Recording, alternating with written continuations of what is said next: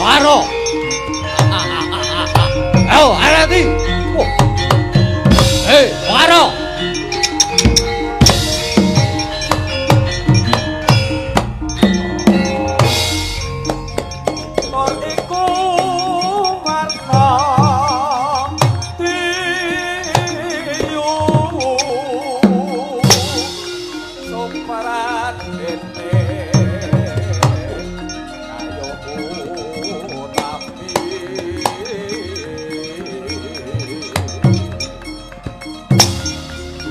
Awet perang ngalengko genyo darbe ato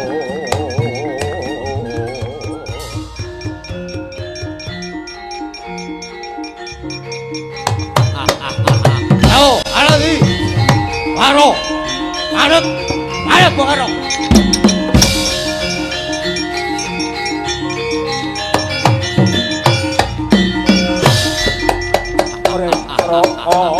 Ayo, aduk.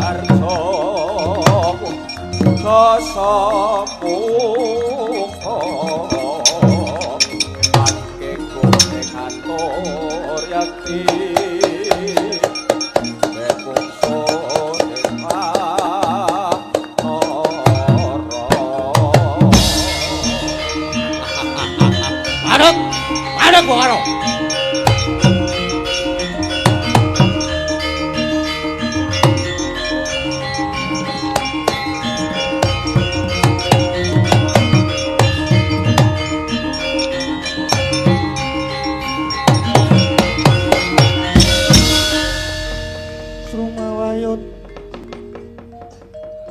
Sang Yaksendra Kura Rupa mangases kadhe angin pangsempal kaprapal selo kaplesat Sato lumayu mangungsi kagiat kakudo kang joko bumi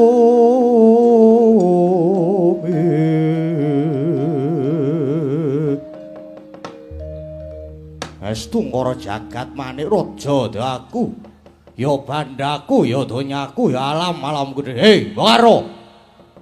Kowe kok lontang lalu kowe wong ora dunung. Kowe kok sajak bingung ki arep menyang endi? Ladalah Kakang Rahono. Aku wis ora krasan maparno ing kene. Lan wis ora krasan cecaketan karo dulurku tuwa. Wah, bangsat parat. Waton mengo, kowe iki goblok Waro tak andani. Monggo ning kene iki malah sing tak rasa papan sing kepenak mapan ing kasuwargan jati. Iki papan langgeng lan papan nikmatmu banget kowe rak sing mbok rasake. Ning nyatane aku ning kene isih bisa jumeneng nata. Nayaka lan pengambating praja ning kene yo jangkep. Ya ning kene iki papan swarga tundha sanga ngono goblok. Buta pengung. Kakang, kowe ora bakal mlebu swarga. Oh, Kakang iki dudu swarga nanging coba sawangen. Yen sejatine kowe menja ning kayu watu saben malam Jumat kliwon lan malam Selasa kliwon dikutuki wong sing arep golek pesugihan. Mula yen ngene iki carane aku ora bakal bisa tentrem mapan ana iki. Merga sejatine iki mapan ing jagat weteng Kakang. Kowe ngucap ngono sing mbok nggo dasar apa? Sing mbok nggo dasar apa? Kakang, biyen matiku ndepani musuh merga mbelani bumi wutah getihku ya negara Ngalengka diraja. Mongko jarene aku iki sinebut senopati kang labuh marang bangsa. Cinathet ana dranjang kencana asmane Harya Kumbakarna. Nanging tinemune jebul aku isih kecipratan lerah letuh. Merga saka dosa kang mbok sandhang iki Kakang. Dudukna nggonmu golek titi sing Sriwidawati lan sing gedhe pangapuramu. Yen aku wis ora iso awur karo kowe Kakang, aku trima lunga saka papan kene. Blelat kowe arep minggat to kono, Drun. Oh! Wah, bangsat elek. Ebek lanang.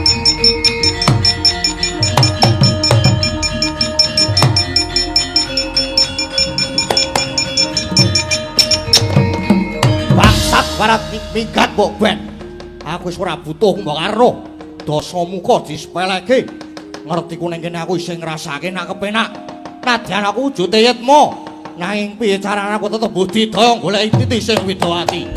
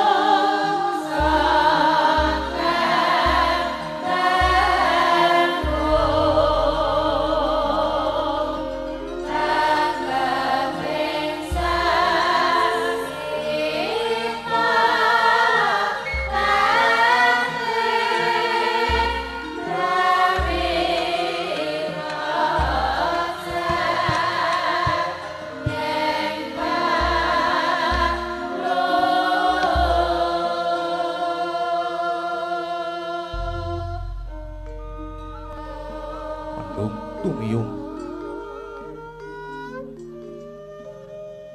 Angendanu mayung ingkang ketaman Rudatin Anjegreg Pindha Tugu Surakarta.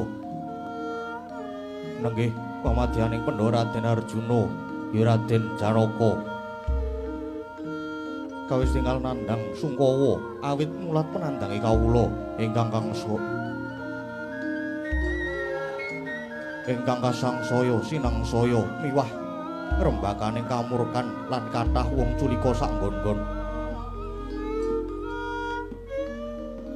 Ngantos wong cilik sesak-sesek sesenggukan karonta-ronta katula-tula bebasan kesrimpung dandung ora ketulung.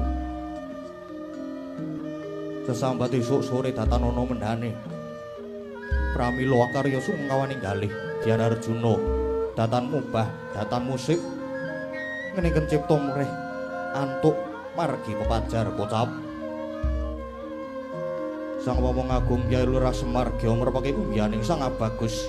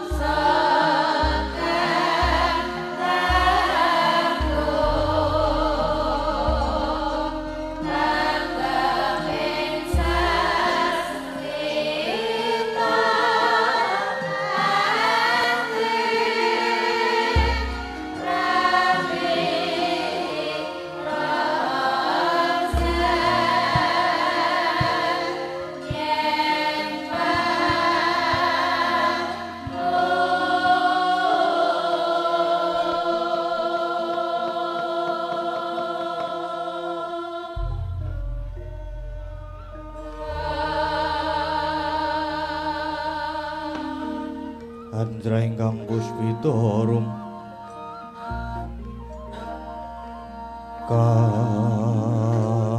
kasiring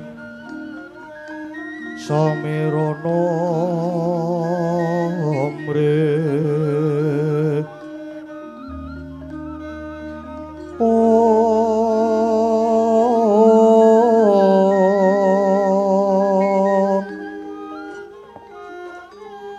sekar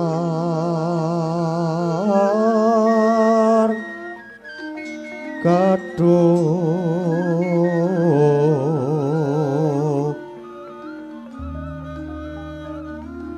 ko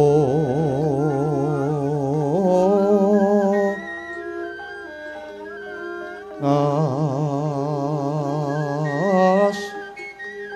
kandanyo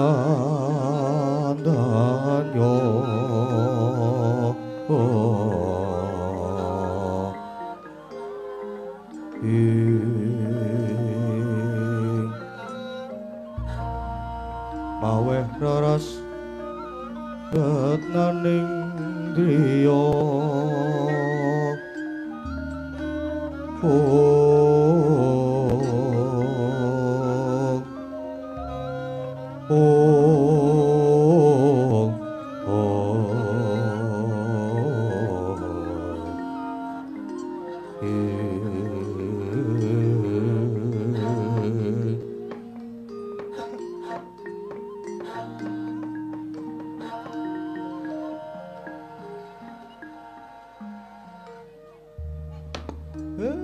blagagag ugag sadulita mel den Dara Arjuna kula ngertos sawrating manah jangandika ngulat kawontenaning para kawula dasih mongko kawula ingkang sami boten ngertos kendhang kimpul pojok plereting lelakon nanging sami dados kurban kasempya ing ngaradan ngoten to Den Kakang Semar ora keduga rasaku merga pepeteng iki malah saya ndadra ngendi papan sing ana mung sarwa cecengilan mula nggonku meneng ciptaku mung golek pepadang besok kapan bisa antuk banyu bening kinarya memayu hayuning nusa bangsa nggih Den inggih pancen lakon iki nek dijarke mawon niku boten becik lah nek jane mono ngamarta Pandhawa niku jane pun leres nanging sederek dika nggih para Kurawa nika kula wonten kahanan kados ngaten mesti nggih namung sami meneng mawon merga Kurawa nika awan bengi sing dipikir mung seneng-seneng tok mula Kurawa niku watake nggih boten tebih kaya watake kewan merga kewan niku ya mung mangan seneng-seneng lan sanggama mongko nggih pun dielingke kalih alam lindhuping 7 sahari gunung mledos banyune segara mumbul udan barat lesus kaya pinusus larang sandang pangan wadine Kurawa isih kok berseneng-seneng lan ora menggalihake kawulane nyatane wae wiwit ratu nganti tekan ayaka pangambating praja cak-cakane kabeh ya wis ora bener ana sing semiran ming separo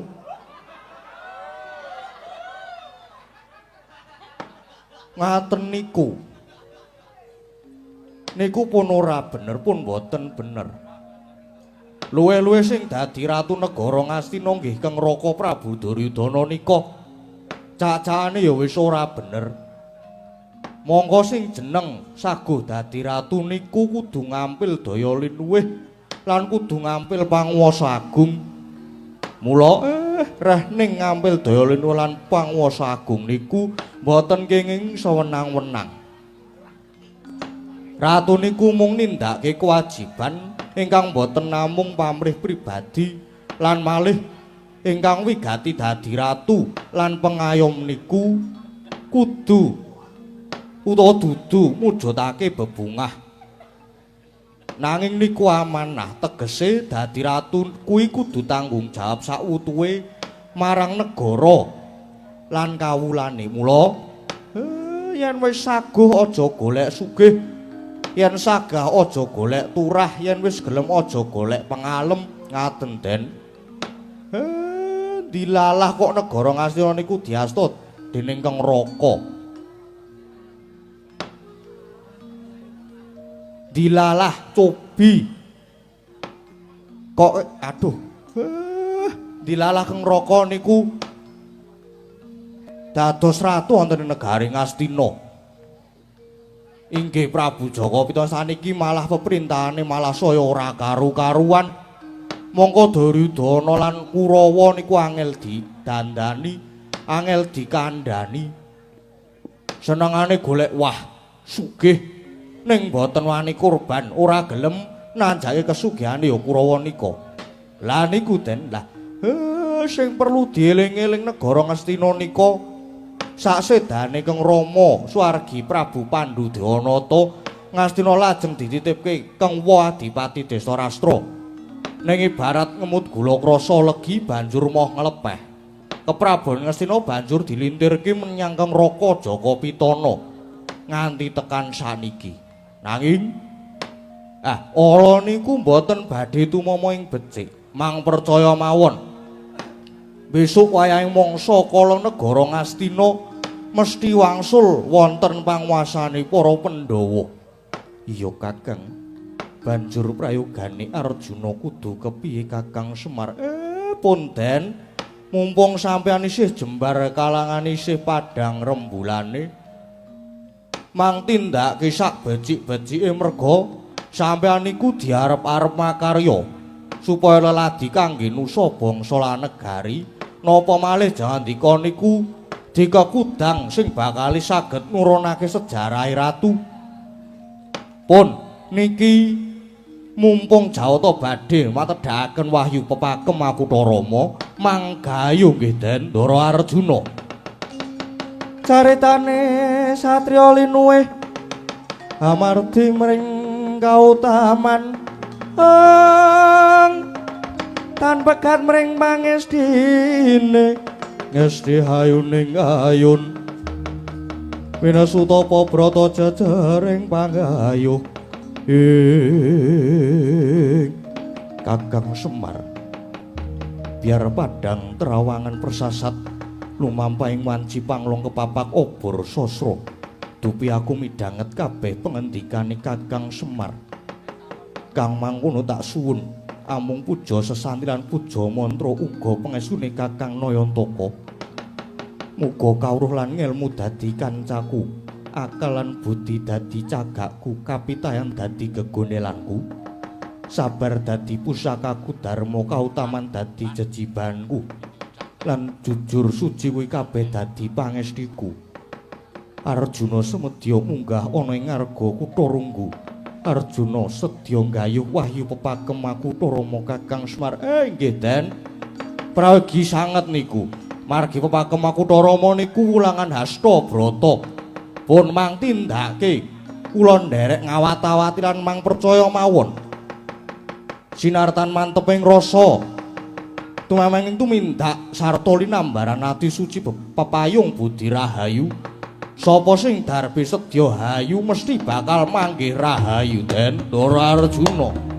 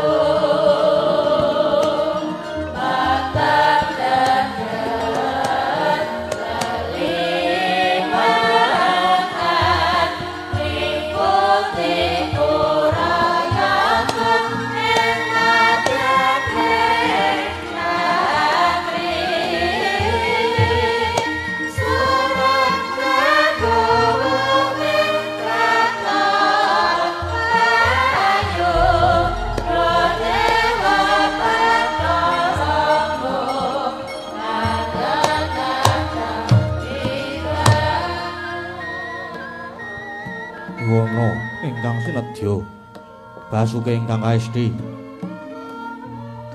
murwakani carita Saratri sinartan sesanti luhuring kagunan angesti kuncaraning bebrayan adiluhunging budaya pinarya hanyembuh derajating bangsa kinatenging dosina wayang purwa sembada dadya tuladha hambangun jiwa utama mamardira ing tata krami pramila pantes lamun winastan kagunan suraos tontonan lan tuntunan anenge menika tawarnane ateking pertapan arga kutha Runggu sinten ingkang mangasrama ing mriku yekti ingkang wisik Begawan Kesawa Sidi saekti pendhita ingkang gentur tapane mila datanama kalamun sidik paningale waskithing esti limpating kawruh sabarang pangandikane dadi saciptane mandi apa kang cinipta dadi kang sinedya teka Sang Mahatapa Denya mangasrama tanpa kanthi Bambang miwah endang nadyan mekaten kathah para cantrik manguyu jejanggan ingkang samya puruhita mring Sang Wiku nalika semanten sawunya jugar deni Romangsah Semedi gya lenggah wonten madyaning pacrabaan sinepa sanggihaning para cantrik indung-indung lah sinten ta wau ingkang kepareng caket mangarsa nggih Raden Anoman ya Resi Mayangkara ya bayuning wanara kasambet wiswanipun para kadang bayu nggih Dedya Jajal Rega bayuning raseksa Mayanaka bayuning gunung Naga Kuwera bayuning Taksaka Garuda Mahambira bayuning Kukila lan Situbanda bayuning Liman Wauta Sang Resi Dukuh Mulat wiswanipun Sang Anoman mila arsa Rukmendriya dadi mangkono pangudas maraning Dreya ingkang dereng kawedharing lisan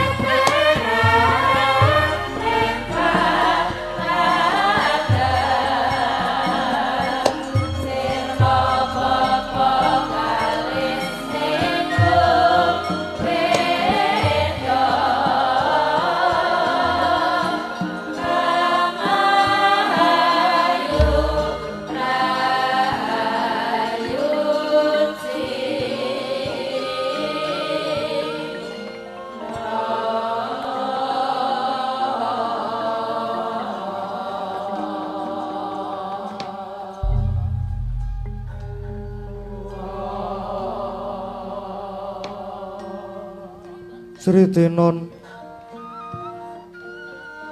ning wasewakan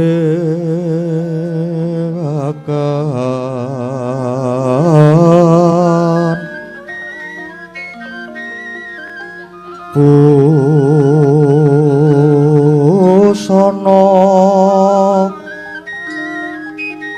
maneka arna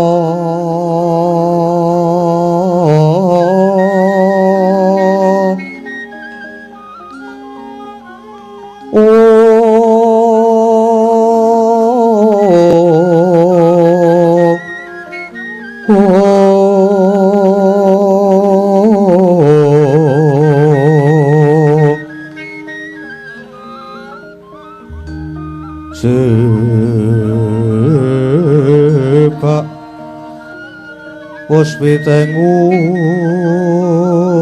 Dyono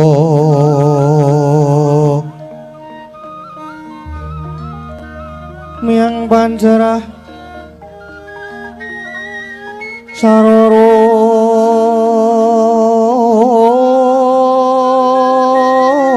Kmo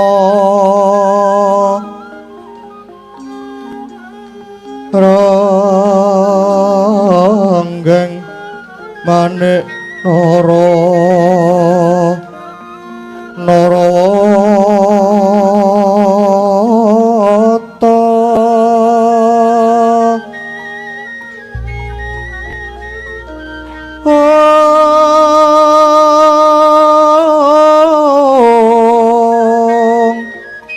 Ana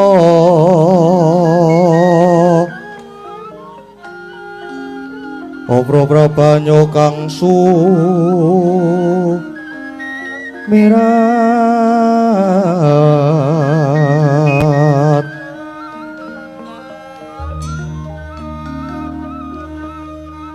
nyaring keca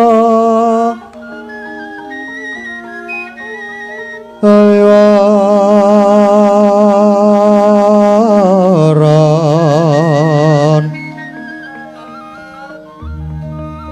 lereki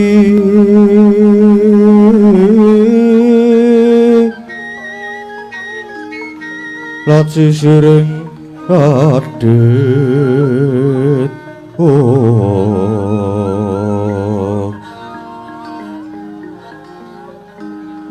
wimbo kekondom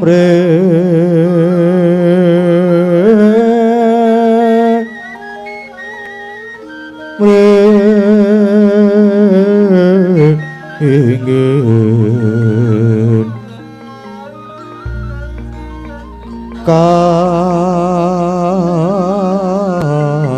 katiuping samirana mandra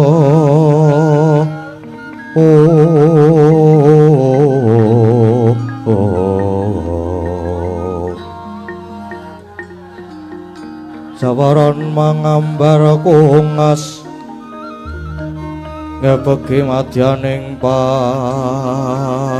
paseakan tandya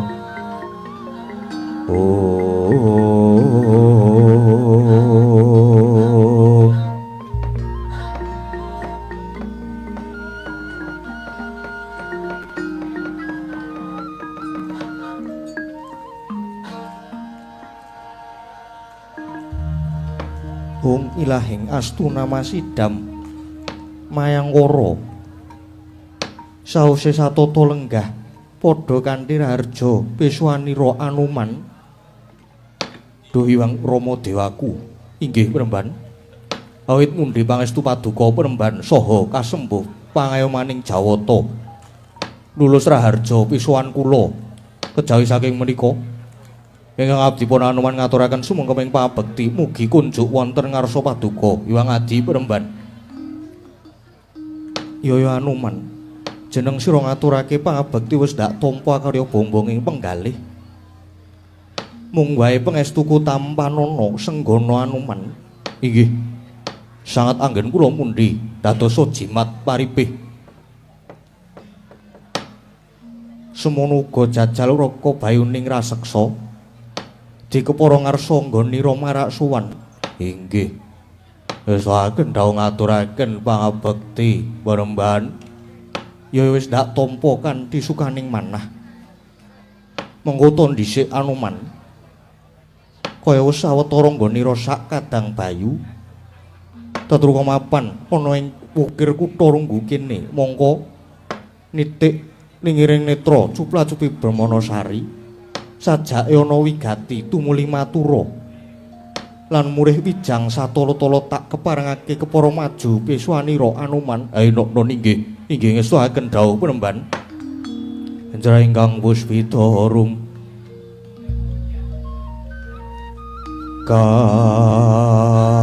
kasiliring samira nomre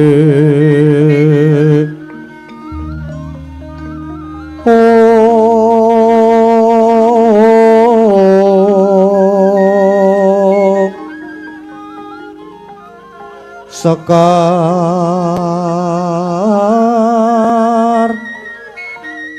kadung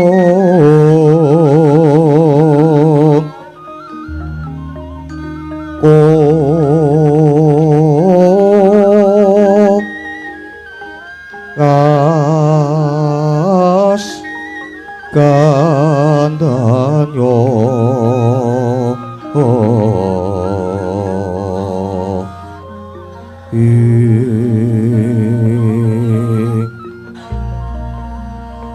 maweh raras retnaning griya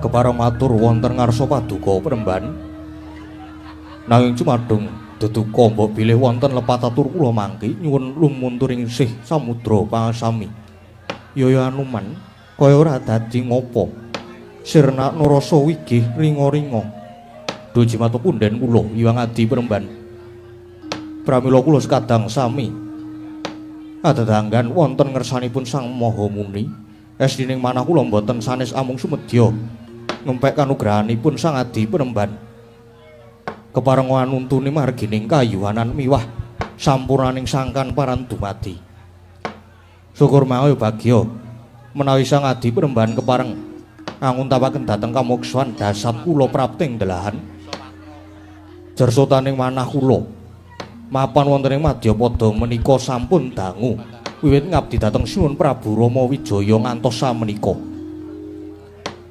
sakti sampun rumaos sungkan tinitahing Madyapada ingkang hanggung sinandhangan inggih menika Cuwa Wirang Gumbira Papa Mulya lan sapanunggalanipun pramila Premban mawantu-wantu panyuwun kula mugi Sang Adi Premban kersa paring wedharan menika lan mugi kepareng nugrahani dhateng jasad kula Premban wong ilahing Anuman aturira daya-daya kaya wong nyidam cempaluk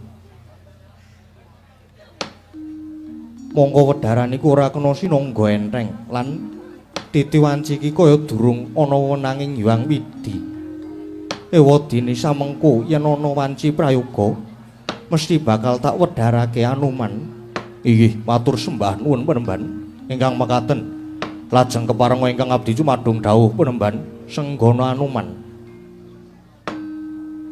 malah kalenggani aku bakal munggah ning sanggar pamujan minta sing jawata nindakake panemban sira wae Anuman sekadang sawetara tak tundung metu njaba ana pakaryan ingkang kudu mbok sangkul krana kalenggane iki kutha Runggu bakal ana tamu kang teka aja nganti tamu iki mengko ngrusak swasana bening temah dadi buthek swasana padang dadi peteng lan aja nganti ngridu nggonku bakal nindakake panemban senggana Anuman sikra-sikra yen permana kanca sikra ngraketa nawang sesangka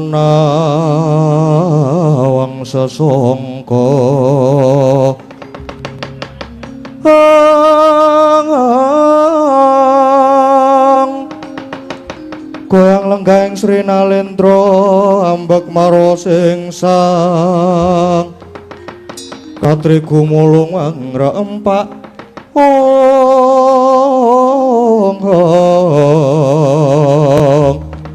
katri gumulung mangrempahing wadya Gurata Gurureka giri-giri Gurata Gurureka giri-giri kumregut makut mangajab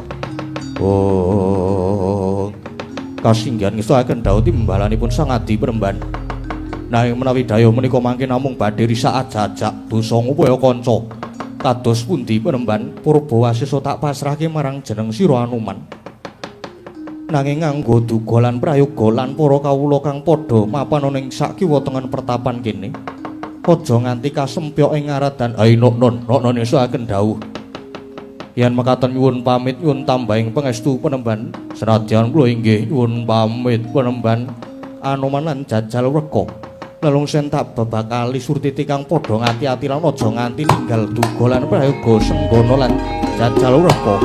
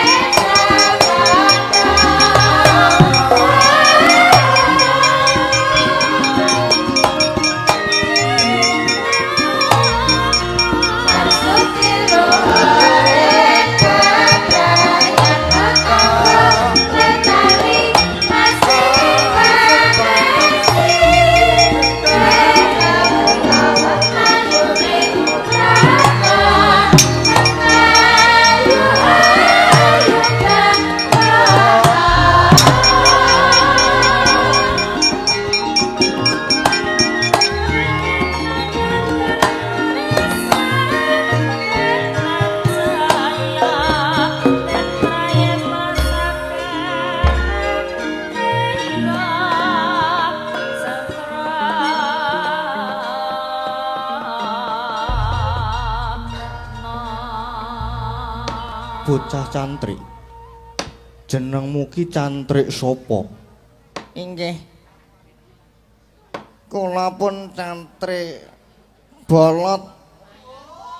Sapa? Cantrik Bolot. Oh iya, maju suwani ora arep matur apa? Nadyan kula inggih cumadung dawuh penemban. Napa kula nggih kedhawuhan nungka dhateng Begawan Mayangkara. Kae iki do arep maju perang. Awakmu kuru kaya ngono. Inggih. Lah pripun saben dinten kula namung ngangon bebek. Mboten nate maju perang. Nang menawi kula dipun dawuhi kula inggih sampun siap.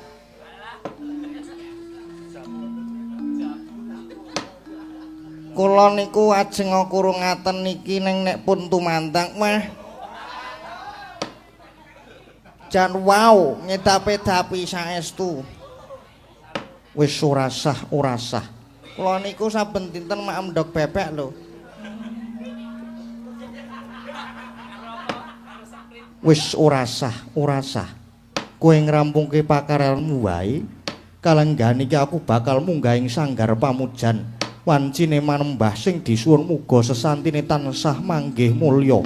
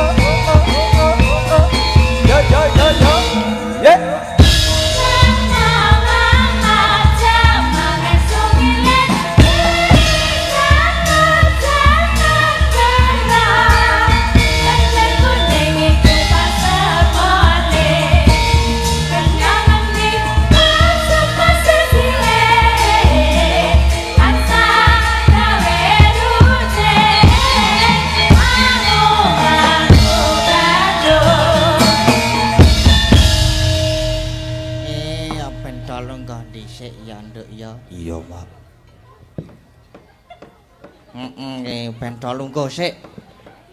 Iya, dinteni dilit meneh. Heeh.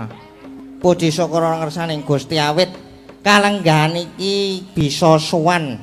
Sowan endi iki, Mak? Iki sowan ning Karangasem Kapanewon Ponjong Kabupaten Gunung Kidul kene. Ning Karangasem. Heeh. Ana ing adicara Mahargya Ambalwarsa Kelurahan Karangasem Kapanewon Ponjong Kabupaten Gunung Kidul. Piro, Mak? Sing kaping iki 104 apa ya? 104. Iya 104. Yo mak 104. Dene ingkang kepareng ngasta lurah nuwun inggih Bapak Parimin Sarjana Pendidikan agung panuwun katur dumateng Bapak Lurah mandhapipun utawi pamung kelurahan dumateng para tokoh masyarakat lan sedaya warga masyarakat ing Karangasem mriki. Yo Panuwun ugi katuraken dumateng sedaya pamirsa pandemen budaya utaminipun ringgit para ingkang sampun kersa rawuh wonten papan menika menapa dene ingkang kepareng mirsani saking live. saka ngendi mak? Live kuwi lho, Nduk. Sik nggon HP. Live. Live to. Yo live mak. Ngono. Yo. Terus iki saking kadang-kadang dalang Sena Balasena lan kadang PWKS sing papan pundi kemawon ugi katuraken gunging panuwun mugi-mugi sasampunipun adicara pengetan ambal warsa ingkang kaping 104 nok mau nok. Iya. Yang 104 iki mugi-mugi kalurahan Karangasem Ponjong mriki tansah pinayungan dening nugrahaning Gusti Kang Maha Agung. Para pamong praja Bapak Lurah lan sedaya pamong muga tansah kaparingan bagas waras supados saged lestari anggenipun meranata lan ngasta payung agung ing wewengkon Karangasem mriki. Yo. Mboten kesupen ugi sumangga tansah ngajab wontenipun karukunan murih wimbo supeket anggenipun mangun bebrayan para warga tansah sengkut lan sumuyut majinamadan daya dinayan teman lestari wontenipun persatuan lan kesatuan ing wekdal salajengipun mugi-mugi kalurahan Karangasem wimbo santosa wimbo reja mulya lestari hanjayeng dawana Allahumma amin. Iya mak apik gene kowe iso ndonga. Isa ya. Ngarang ya dewanging mburiku iki. Iya. Iki bububku lho iki bububku mburiku ki. Medeni mak mosok lanang. Ora ya guyon. Iya. Iktor rambutnya dawa e. Dadi bingung aku sok arep nyeluk Mbak apa Mas iki. Iya mak Saiki mung kari seneng-senenge. seneng-seneng kepiye? Iya seneng-seneng apa jenenge? Caos panglipur kaya tanggo lagu-lagu ngono kuwi termasuk seneng-seneng no. Iya, karo maca apa jenenge pamundutan sing ana HP kuwi karo sing langsung oh ya sing ana HP sik wae. Heeh. Iki ana saka kose. Heeh iki. Niki derek nyawer kagem Mas Gading nggih Om. Kok meng kowe sing disawer? Ah ya aku. Sing kudu disawer kudune iki aku. Kena dienggo dolan, dienggo sangu. Dienggo golek singkong. Tembang apa tembange sing Mas Gading saged maun wala aku iki kon nyanyi nduk iki nduk. Ya ora apa-apa 200.000 lho mak. Heeh lumayan. Lumayan kuwi. Iya. Saka sapa? Saking Mas Adi Juragan Tahu. Oh saka Mas Adi. Heeh. Nggih matur nuwun. Heeh matur nuwun Kang tanpa pepindhan iki. Terus ana apa meneh ya? Oh iki ana iki. Bismillah sukses liwo mbokku jebul kleru. Sik. Nah iki sugeng dalu Mas badhe request tembang. Ngidam Sari sampun transfer 100.000. Nggih matur sembah nuwun. Ingkang nembang sinten terserah Mas. Waduh. Mengko dikenalke sindene sing jenenge terserah apa ora. Terus niki saking Mas Yusuf Jepang. Saka Jepang. Heeh, saka Jepang ki. Iki 100.000 rupiah apa yen ya iki ya. Umpama yen akeh banget lho iki, Nduk. Iya. Ketoke meng 1000 mak meng rupiah. Ora apa-apa, ora nggo sangu meneh, nggo sangu, nggo imbuh-imbuh. Iya. Ana meneh. Ana meneh mak. Heeh. Iki ana sugeng dalu. Ana sugeng dalu kepiye? Ora iki maksude iki WA-ne iki sugeng dalu Mas Gading, kula nyuwun bawa gegarane wong akrami lan tembange muga nyawiji Mas Gading duet kalih Mbak Lintang. Oh nggih. Tali asih 300.000 saking kula Mas Danar Mandiri Sleman. Terus niki nek muga nyawiji niku dereng di apa jenenge nek aran semen. Apa aran bataku apa aran boto kuwi? Aransemen mak. Durung diaransemen dadi kuwi mengko mosok meng sitere sing muni. Mosok meng rebabe sing muni.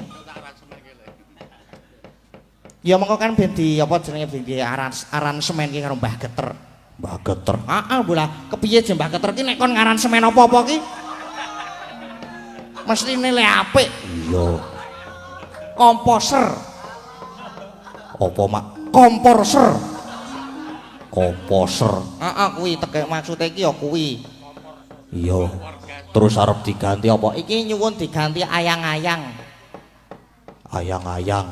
Ya mengko coba iso apa ora iki. Kuwi ana notasine ana. Wong warga laras ki anggere wis ana notasi bres ngono kuwi tembak tempat rampung.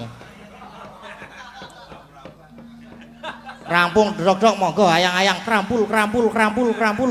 Ora mak kuwi lak bocah-bocahmu. Ora apa-apa malah gayeng kok nek kaya ngono kuwi. Iya, ana meneh. Ana meneh. Sugeng dalu Mas Dagading sampun transfer 150.000.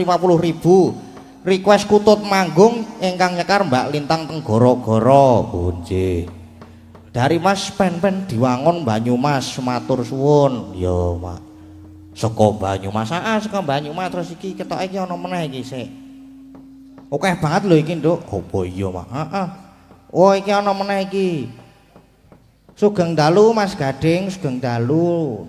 Nyuwun caping gunung mengke kur. Oh ya, iki saking Mas Reza Pundong. Oh ya, mengko dipinangkani apa jenenge caping gunung iki nomor 1. Mengko le bawa urut saka iki Mbak Lintang tekan pojok kono kae, mbuh sapa kae pojok kae. Ora kaya ngono kuwi sia-sia iki mak nek karo Sibah. Sapa? Sibah. Kae iki Mbah D.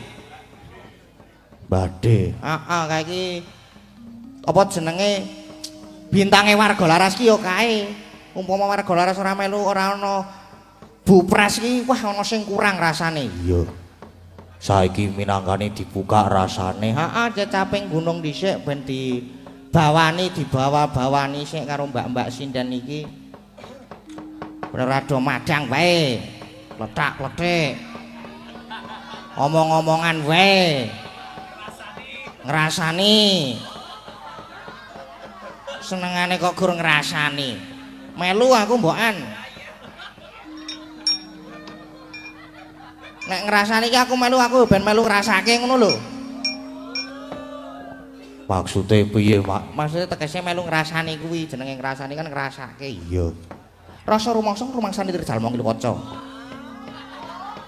Kowe iki omongan apa? Mbah aku ya ora ngerti aku omongan apa kok, Nduk. Sirahku mumet bab kuliah iki, mumet tenan aku. Sesuk ki ana tugas urung tak garap e. Wah, iki ana meneh iki. Kepada Mas Dalang Gading, kula Pak Siswa Saputra Bedoyo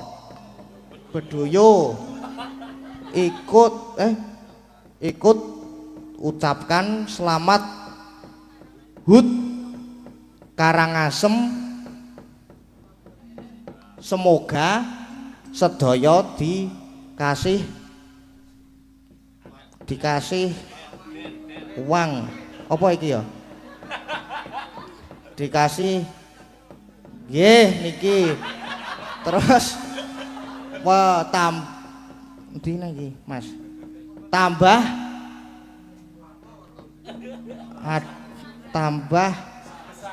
panjang umur.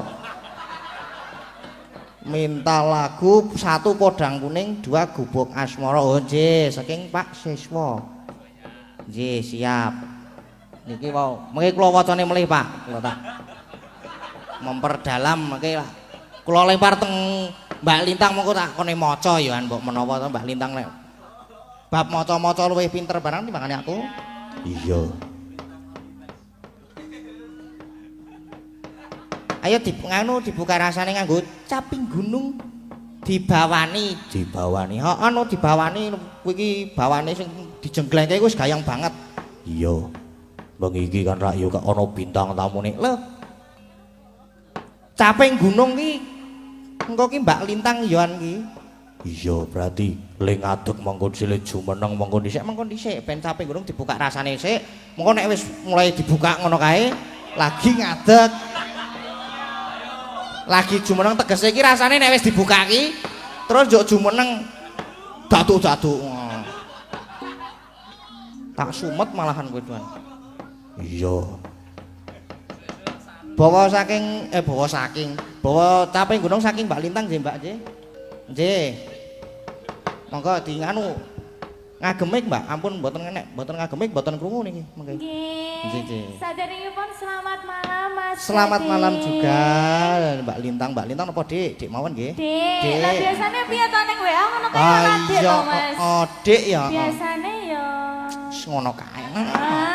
Kowe ora ngerti wae. lho bapak. Sapa momone ayah bunda njaluk kon ngampleng gundule mau. Bapake weruh lho Mas. Nek biasane nimbali sayang ngono ya Pak. Wah, iya no, sekarang ya ngerti dhewe. Iya, Pak. Digolekke nganu, apa proyektor, apa jenenge kae? Sing nggo pembesar gambar kae lho. Apa Mas? Apa jenenge? Petromax apa? Sing kae lho kotak kok disorotke terus Layar metu panjang. gambare gede banget. Nah, Ah, ngono kae aku tak layar. sambungke HP ku tak delokke le nganu panggil-panggilane apa. Padiake. Iya. Monggo bawa caping gunung nggih, Mbak? Nggih. Nggih. Ayo ya Dik, odeng Dik lali Dik. Dik, Heeh. penak Dik lho Mas. Ah nimbali ya iya, toh. penak Dik. Heeh. Jan penak tenan heeh. Orang guyu tak? Ora. Monggo, Mbak. Monggo Dik. Heeh, kleru meneh aku. Saben bengi. Wih lah saben bengi po? Iya. Oh, lah ra. Saben bengi. Heeh. Saben bengi. Nyawa.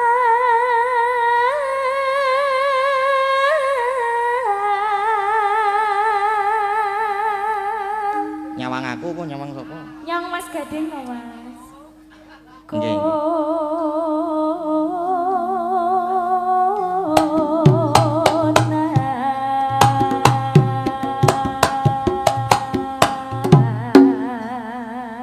Ya. Nah, ngono iku jenggleng ngono kuwi engko nek ana sing ndok kira-kira ndomblong ngono. Ngati-ati lho niki. Ngati-ati. Kula pun ditutup tawon ping 3 lho niki.